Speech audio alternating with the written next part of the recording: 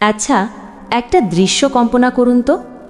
ধরুন আপনি প্রতিদিন একটা নির্দিষ্ট মানুষকে টেক্সট করেন, খোঁজ নেন বা তার সাথে কথা বলার জন্য সবসময় পাগল থাকেন, কিন্তু হঠাৎ কাল সকাল থেকে আপনি একদম গায়েব হয়ে গেলেন। না কোনো মেসেজ, না কোনো কল, না কোনো রিয়াকশন, কিচ্ছু না, একদম পিনপতন নীরবতা। আপনার কি মনে হয় সে কি আপনাকে ভুলে যাবে, নাকি উল্টো ঘটনা ঘটবে? সে কি প্রথমবারের মতো আপনাকে নিয়ে ভাবতে শুরু করবে? সে কি ভয়ে কুঁকড়ে যাবে যে হঠাৎ কি হলো, আমি কি ওকে হারিয়ে ফেললাম? আসলে আমরা সবাই ভাবি সম্পর্ক ধরে রাখতে হলে বোধহয় সবসময় চোখের সামনে থাকতে হয়, কিন্তু সাইকোলজি বলে অন্য কথা। মাঝে মধ্যে আপনার উপস্থিতি নয়, বরং আপনার অনুপস্থিতি এমন এক তোলপাড় সৃষ্টি করতে পারে যা হাজারটা কথা বলেও সম্ভব নয়। আজ আমরা সেই নীরবতার খেলাটা শিখব, তবে কোনো নোংরা গেম খেলার জন্য নয়, নিজের হারিয়ে যাওয়া সম্মানটা ফেরত আনার জন্য। দেখুন, আমাদের জীবনের সবচেয়ে বড় ভুলটা আমরা কোথায় করি জানেন?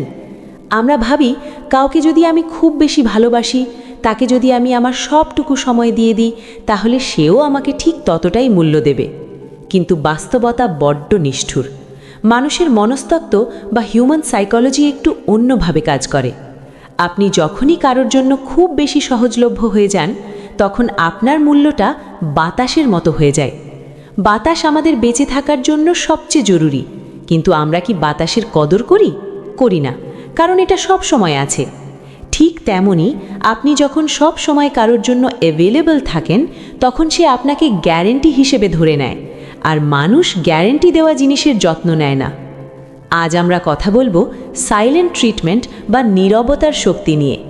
ইউটিউবে আপনারা হয়তো অনেক ভিডিও দেখেছেন, যেমন how to ignore someone to get their attention বা দ্য পাওয়ার অফ সাইলেন্স নিয়ে। কিন্তু আজ আমি আপনাকে যেটা বলবো সেটা কোনো সস্তা ট্রিক্স নয়, এটা হলো নিজেকে নতুন করে গড়ে তোলার একটা প্রক্রিয়া। কারণ ভুলভাবে নীরব থাকলে আপনি দুর্বল হয়ে পড়বেন, আর সঠিক কারণে নীরব থাকলে আপনি হয়ে উঠবেন অদম্য। মানুষের সবচেয়ে বড় দুর্বলতা কি জানেন? একাকিত্ব? না। ভয়? তাও না। মানুষের সবচেয়ে বড় দুর্বলতা হলো অনিশ্চয়তা, ইংরেজিতে যাকে বলে আনসার্টেনটি। আপনি যদি এই একটা শব্দ ঠিকঠাক বুঝতে পারেন, তাহলে পুরো গেমটা আপনার হাতে চলে আসবে। আসুন একটু গভীরে যাই। মানুষের ব্রেন বা মস্তিষ্ক সব সময় ক্ল্যারিটি বা স্পষ্টতা চায়। সে জানতে চায় আসলে কি ঘটছে। যখন আপনি কারো উপর রাগ করেন, চিৎকার করেন, ঝগড়া করেন, তখন কিন্তু সামনের মানুষটা রিল্যাক্সড থাকে। অবাক হচ্ছেন? হ্যাঁ, সে রিল্যাক্স থাকে, কারণ সে জানে আপনি তার ওপর রেগে আছেন, মানে আপনি এখনও তার সাথে ইমোশনালি যুক্ত আছেন। সে জানে আপনি তাকে গুরুত্ব দিচ্ছেন বলেই রাগ দেখাচ্ছেন। এই ক্ল্যারিটি তাকে আপনার ওপর নিয়ন্ত্রণ বা কন্ট্রোল দেয়। আপনি যখন কাঁদেন, অভিযোগ করেন, বারবার প্রশ্ন করেন, কেন এমন করলে, আমাকে কি তোমার মনে পড়ে না, তখনও আপনি আসলে নিজের রিমোট কন্ট্রোলটা তার হাতে তুলে দিচ্ছেন। সে জানে সে যাই করুক না কেন, দিন শেষে আপনি তো আছেনই। আপনাকে হারানোর কোনো ভয় তার মধ্যে কাজ করে না। এটাকে সাইকোলজির ভাষায় বলে সিকিউর অ্যাটাচমেন্টের অপব্যবহার। কিন্তু খেলাটা ঘুরে যায় তখন যখন আপনি চুপ করে যান, যখন আপনি কোনো ঝগড়া করেন না, কোনো কৈফিয়ত চান না, কোনো অভিযোগ করেন না, ব্যাস হঠাৎ করে আপনি আপনার এনার্জিটা নিজের দিকে টেনে নিলেন। ঠিক তখনই সামনের মানুষটার পায়ের নিচের মাটি নড়ে ওঠে। কেন জানেন? কারণ আপনি তাকে অনিশ্চয়তা উপহার দিয়েছেন। এখন সে আর জানে না আপনার মাথায় কি চলছে। সে জানে না আপনি কি এখনও তাকে ভালোবাসেন, নাকি আপনি মুভ অন করে ফেলেছেন। এই যে না জানা, এই যে তথ্যের অভাব, এটা মানুষের মস্তিষ্ক নিতে পারে না। যেখানে কোনো তথ্য থাকে না, মানুষের মন সেখানে নিজে থেকেই গল্প বানাতে শুরু করে। আর মজার ব্যাপার হলো, সেই বানানো গল্পগুলো বাস্তবের চেয়েও অনেক বেশি ভয়ঙ্কর হয়। সে ভাবতে শুরু করে, সে কি অন্য কাউকে পেয়ে গেল? সে কি আমাকে আর কেয়ার করে না? আমার গুরুত্ব কি শেষ হয়ে গেল? এই প্রশ্নগুলো তাকে ভেতর থেকে কুরে কুরে খেতে থাকে। আর ঠিক এই জায়গাতে রিভার্স সাইকোলজি কাজ করা শুরু করে। আপনি তাকে যত বেশি স্পেস দেবেন, সে তত বেশি আপনার কাছে আসতে চাইবে। তবে সাবধান, এখানে একটা বিশাল বড় ফাঁদ আছে, এবং ৯৯% মানুষ এই ফাঁদেই পা দেয়। তারা নীরবতাকে ব্যবহার করে একটা নাটক হিসেবে। তারা ভাবে আমি 2 দিন কথা বলবো না, তাহলে ও আমাকে মিস করবে, তারপর ও আমার কাছে ফিরে আসবে। শুনুন, এটাকে সাইলেন্ট ট্রিটমেন্ট বলে না, এটাকে বলে ম্যানিপুলেশন বা ইগনোরিং। আর ইগনোর করা হলো দুর্বলের লক্ষণ। আপনি যদি বাইরে থেকে চুপ থাকেন কিন্তু ভেতরে ভেতরে বারবার ফোন চেক করেন, তার লাস্ট সিন দেখেন বা সে স্ট্যাটাস দিল কিনা তা চেক করেন, তাহলে বিশ্বাস করুন আপনার ওই নীরবতার কোনো দাম নেই। কারণ মানুষ ভাইব্রেশন বা এনার্জি রিড করতে পারে। আপনার নীরবতায় যদি অস্থিরতা থাকে, হতাশা থাকে, তাহলে সামনের মানুষটা সেটা বুঝে ফেলবে। সে ভাববে, ও তো শুধু আমাকে জেলাস ফিল করানোর চেষ্টা করছে। ব্যাস, আপনার সব প্ল্যান ফ্লপ। তাহলে সঠিক উপায়টা কি? এটাকে আমি বলি স্ট্র্যাটেজিক অ্যাবসেন্স বা কৌশলগত অনুপস্থিতি। ইগনোরিং আর স্ট্র্যাটেজিক অ্যাবসেন্সের মধ্যে আকাশ পাতাল তফাৎ। ইগনোরিং হলো আপনি তার উপর রাগ করে আছেন এবং চাইছেন সে এসে আপনাকে মানাক, মানে আপনার ফোকাস এখনও তার উপরেই। আর স্ট্র্যাটেজিক অ্যাবসেন্স হলো আপনি সিদ্ধান্ত নিয়েছেন যে মানুষটা আপনার মূল্য বোঝে না তাকে বোঝানোর চেষ্টা করাটাই বোকামি। তাই আপনি নিজের আত্মসম্মান বাঁচাতে সরে এসেছেন। এখানে আপনার ফোকাস তার ওপর নয়, আপনার ফোকাস সম্পূর্ণ আপনার নিজের ওপর। একটা উদাহরণ দিই। ধরুন আপনি একটা দৈনিক পত্রিকা বা ডেইলি নিউজ পেপার। প্রতিদিন সকালে আপনার হকারের মাধ্যমে সেটা দরজায় চলে আসে। আপনি কি সেটার খুব একটা কদর করেন? একদিন না পড়লে কি পাগল হয়ে যান?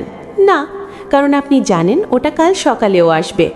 কিন্তু হঠাৎ যদি টিভিতে ব্রেকিং নিউজ আসে, সব কাজ ফেলে সবাই টিভির সামনে দৌড়ায়। কেন? কারণ ওটা স্পেশাল, ওটা হঠাৎ এসেছে এবং ওটা রেয়ার। আপনি যখন সব সময় অ্যাভেলেবল থাকেন, আপনি হলেন সেই বাসি খবরের কাগজের মতো।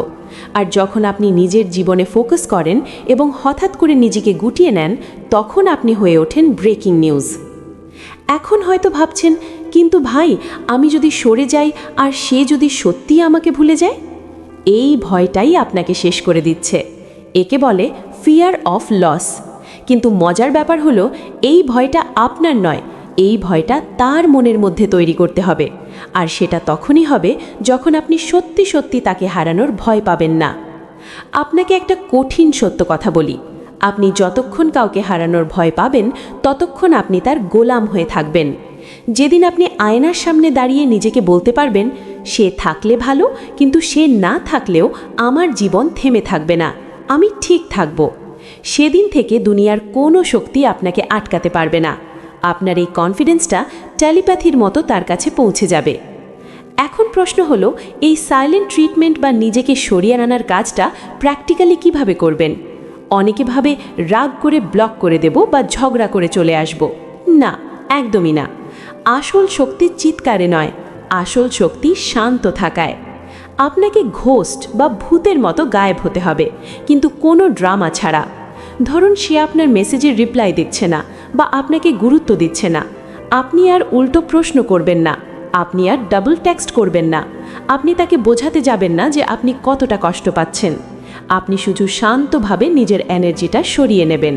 আপনার সেই সময়টা যেটা আপনি তার পেছনে ব্যয় করতেন, সেটা এখন নিজের পেছনে ঢালুন। জিমে যান, বই পড়ুন, নতুন কোনো স্কিল শিখুন বা নিজের ক্যারিয়ারে ফোকাস করুন। যখন আপনি সত্যি সত্যি নিজের জীবনে ব্যস্ত হয়ে পড়বেন, তখন আপনার নীরবতাটা ফাঁপা হবে না, সেটা হবে ভারী এবং ওজনদার। একটা কথা মনে রাখবেন, মানুষ বদলায় না যখন তারা ভালোবাসা পায়, মানুষ বদলায় তখন যখন তাদের মনে হয় তারা এমন কিছু হারাতে বসেছে যেটা মূল্যবান। আপনি নিজেকে সেই মূল্যবান ব্যক্তি হিসেবে তৈরি করুন। এখন আসি সেই মুহূর্তটায় যখন সে ফিরে আসবে। কারণ বিশ্বাস করুন, আপনি যদি সঠিকভাবে নিজের ওপর ফোকাস করে নীরব থাকতে পারেন, সে ফিরে আসবেই। মানুষের কৌতূহল মারাত্মক জিনিস। সে ভাববে, যে মানুষটা আমাকে ছাড়া এক মুহূর্ত থাকতে পারত না, সে আজ কিভাবে এত শান্ত? সে কি অন্য কাউকে পেয়ে গেল, নাকি সে অনেক উপরে উঠে গেল? তখন সে আপনাকে একটা টেক্সট করবে, হয়তো লিখবে হাই বা কি খবর বা আজকাল তো ভুলেই গেছো। এই জায়গাটিতেই 99% মানুষ ভুল করে। তারা এতদিন কষ্ট করে যে নীরবতা পালন করেছিল, একটা মেসেজ দেখেই তারা গলে যায়, সাথে সাথে রিপ্লাই দেয়, না না ভুলবো কেন, আমি তো তোমার জন্যই ওয়েট করছিলাম। ব্যাস, গেম ওভার। আপনি আবার সেই আগের জায়গায় ফিরে গেলেন। সে বুঝে গেল আপনি এখনও তার হাতের পুতুল। এই ভুলটা করবেন না। যখন সে ফিরে আসবে তখন আপনাকে হতে হবে পাহাড়ের মতো স্থির। আপনি রিপ্লাই দেবেন, কিন্তু সেটা হবে অত্যন্ত মার্জিত এবং দেরি করে। আপনি তাকে বোঝাবেন যে আপনার জগৎটা এখন আর তাকে কেন্দ্র করে ঘোরে না, আপনার জীবনে এখন আরও অনেক গুরুত্বপূর্ণ কাজ আছে। এখানে আমি আপনাকে সেই এক লাইনের মন্ত্রটা বলে দিই যেটা পুরো খেলাটা ঘুরিয়ে দিতে পারে। যখন সে আপনাকে জিজ্ঞেস করবে, তুমি এমন চুপচাপ কেন, কি হয়েছে তোমার, তখন আপনি কোনো অভিযোগ করবেন না। আপনি শুধু শান্ত গলায় বলবেন, আসলে আমি ইদানিং নিজের উপর একটু কাজ করা শুরু করেছি, নিজেকে গুছিয়ে নিচ্ছি, তাই ওসব নিয়ে আর ভাবছি না। এই একটা লাইন, ব্যাস এটুকুই যথেষ্ট। এই লাইনের গভীরতাটা বুঝুন। এখানে আপনি তাকে দোষারোপ করলেন না, আপনি তাকে বললেন না যে তার অবহেলার কারণে আপনি কষ্ট পেয়েছেন। আপনি শুধু বুঝিয়ে দিলেন, তুমি এখন আর আমার সেন্ট্রাল পয়েন্ট নও, আমি এখন নিজেকে নিয়ে ব্যস্ত। এটা তার ইগোতে সরাসরি আঘাত করবে। সে বুঝবে তার জায়গাটা আপনি অন্য কাউকে দেননি ঠিকই, কিন্তু তার জায়গাটা আপনি নিজেকে দিয়েছেন, আর নিজের সাথে কম্পিটিশন করা যায় না। এই যে আপনি নিজের স্ট্যান্ডার্ড বাড়িয়ে ফেললেন, নিজের ভ্যালিউ বাড়িয়ে ফেললেন, এটাই তাকে আপনার প্রতি আবার আকৃষ্ট করবে। এটাকে বলে সম্মান। ভালোবাসা ভিক্ষা করে পাওয়া যায় না, কিন্তু সম্মান আদায় করে নেওয়া যায়। তবে একটা কথা মনে রাখবেন, এই পুরো প্রসেসটা কিন্তু কোনো ছলনা নয়। আপনি যদি শুধু তাকে দেখানোর জন্য হ্যাপি থাকার অভিনয় করেন আর ভেতরে ভেতরে বালিশে মুখ গুজে কাঁদেন, তাহলে এটা কাজ করবে না। আপনাকে সত্যিকার অর্থেই নিজের ভালো থাকার দায়িত্বটা নিজের কাঁধে নিতে হবে। সাইলেন্ট ট্রিটমেন্টের সময়টাতে অনেক কষ্ট হবে, মনে হবে একটা টেক্সট করে ফেলি, একবার ফোন দিই। ওই মুহূর্তগুলোতে নিজেকে আটকানোই হলো আসল পরীক্ষা। ওই সময়গুলোতে নিজেকে মনে করাবেন, আমি কোনো অপশন নই, আমি প্রায়োরিটি। যে আমার মূল্য বোঝে না, তাকে আমার মূল্য বোঝানোর জন্য আমার উপস্থিতির দরকার নেই, আমার অনুপস্থিতিই যথেষ্ট। আমাদের জীবনে অনেক সময় এমন হয় যে আমরা ভাবি সম্পর্কটা বোধহয় আমার একারই দায়, তাই আমরা সেটা টানতে থাকি। কিন্তু আপনি যখন দড়িটা ছেড়ে দেবেন, তখনই বুঝতে পারবেন ওপাশ থেকে কেউ সেটা ধরে রেখেছে কিনা। যদি দেখেন দড়িটা পড়ে গেছে, তাহলে বুঝবেন সেখানে কিছুই ছিল না। আর যদি দেখেন ওপাশ থেকে টান পড়ছে, তাহলে বুঝবেন আপনার নীরবতা কাজ করেছে। এখন একটা খুব গুরুত্বপূর্ণ এবং ডার্ক সাইকোলজির পাঠ বলি। মানুষ কেন নীরবতাকে ভয় পায়? কারণ নীরবতা একটা আয়নার মতো। যখন আপনি চুপ করে যান, তখন সামনের মানুষটা নিজের দোষগুলো সেই নীরবতার আয়নায় দেখতে পায়। আপনি যখন চিৎকার করেন, তখন সে আপনার দোষ ধরে, সে বলে তুমি বেশি রিয়্যাক্ট করো। কিন্তু যখন আপনি চুপ থাকেন, তখন সে নিজেকে প্রশ্ন করতে বাধ্য হয়, আমি কি ভুল করলাম? তাই কখনো কখনো কোনো শব্দ উচ্চারণ না করে শুধু নিজের আত্মসম্মান বজায় রেখে সরে আসাটাই হলো সবচেয়ে বড় উত্তর। এটাকে সাইকোলজিক্যাল ওয়ারফেয়ারের একটা অংশ বলা যেতে পারে। তবে আমরা এটাকে যুদ্ধ বলবো না, আমরা বলবো আত্মরক্ষা। শেষ করার আগে একটা কথা খুব ভালো করে মাথায় গেঁথে নিন। আপনি এই পৃথিবীতে কারো অবহেলা সহ্য করার জন্য আসেননি। আপনার সময়ের দাম আছে, আপনার আবেগের দাম আছে। যদি কেউ সেটা ফ্রিতে পায়, সে সেটা নষ্ট করবেই। তাই নিজের অ্যাক্সেস বা প্রবেশাধিকার সবাইকে দেবেন না। নিজেকে এমন একটা দুর্গে পরিণত করুন যেখানে ঢুকতে হলে মানুষকে যোগ্যতা অর্জন করতে হয়। এই সাইলেন্ট ট্রিটমেন্ট বা নীরব থাকার অভ্যাসটা একদিনে হবে না। এটা একটা মাসল বা পেশির মতো, প্রতিদিন প্র্যাকটিস করতে হয়। যেদিন আপনি একা থেকেও পরিপূর্ণ অনুভব করবেন, যেদিন আপনার সুখের জন্য অন্য কারোর মেসেজের দরকার হবে না, সেদিন আপনি সত্যিকার অর্থে জিতে যাবেন। আর সেদিন শুধু সেই নির্দিষ্ট মানুষটা নয়, পুরো পৃথিবী আপনাকে সম্মান করবে। মনে রাখবেন, সূর্য ডোবার সময় কেউ তাকে ধরে রাখতে পারে না, কিন্তু সূর্য যখন নিজের তেজে আবার পরের দিন ওঠে, তখন সবাই তার দিকে তাকায়। আপনিও হন সেই সূর্যের মতো। অস্ত যাওয়াকে ভয় পাবেন না, কারণ আপনার উদয় হবে আরও বেশি তেজদীপ্ত হয়। আপনার কি মনে হয়, আপনি কি কখনো নিজের অজান্তেই নিজেকে সস্তা করে ফেলেছেন, নাকি আপনি এখন প্রস্তুত নিজেকে সেই ব্রেকিং নিউজ হিসেবে তৈরি করতে? নিচে কমেন্ট করে আমাকে অবশ্যই জানান, আমি আপনাদের প্রতিটি কমেন্ট পড়ি। আর হ্যাঁ, যদি মনে হয় এই কথাগুলো আপনার ভেতরের শক্তিটাকে একটু হলেও জাগিয়ে দিয়েছে, তাহলে ভিডিওটাতে একটা লাইক দিয়ে দিন। আর সাবস্ক্রাইব বাটনটা কি প্রেস করেছেন? ওটা প্রেস করে আমাদের এই শক্তিশালী পরিবারের একজন সদস্য হয়ে যান। কারণ আমরা এখানে শুধু কথা বলি না, আমরা এখানে নিজেদের জীবনটাকে নেক্সট লেভেলে নিয়ে যাওয়ার জন্য প্রতিদিন শিখি। দেখা হচ্ছে পরের ভিডিওতে। ততক্ষণ পর্যন্ত নিজের খেয়াল রাখুন, নিজের ভ্যালু বাড়ান।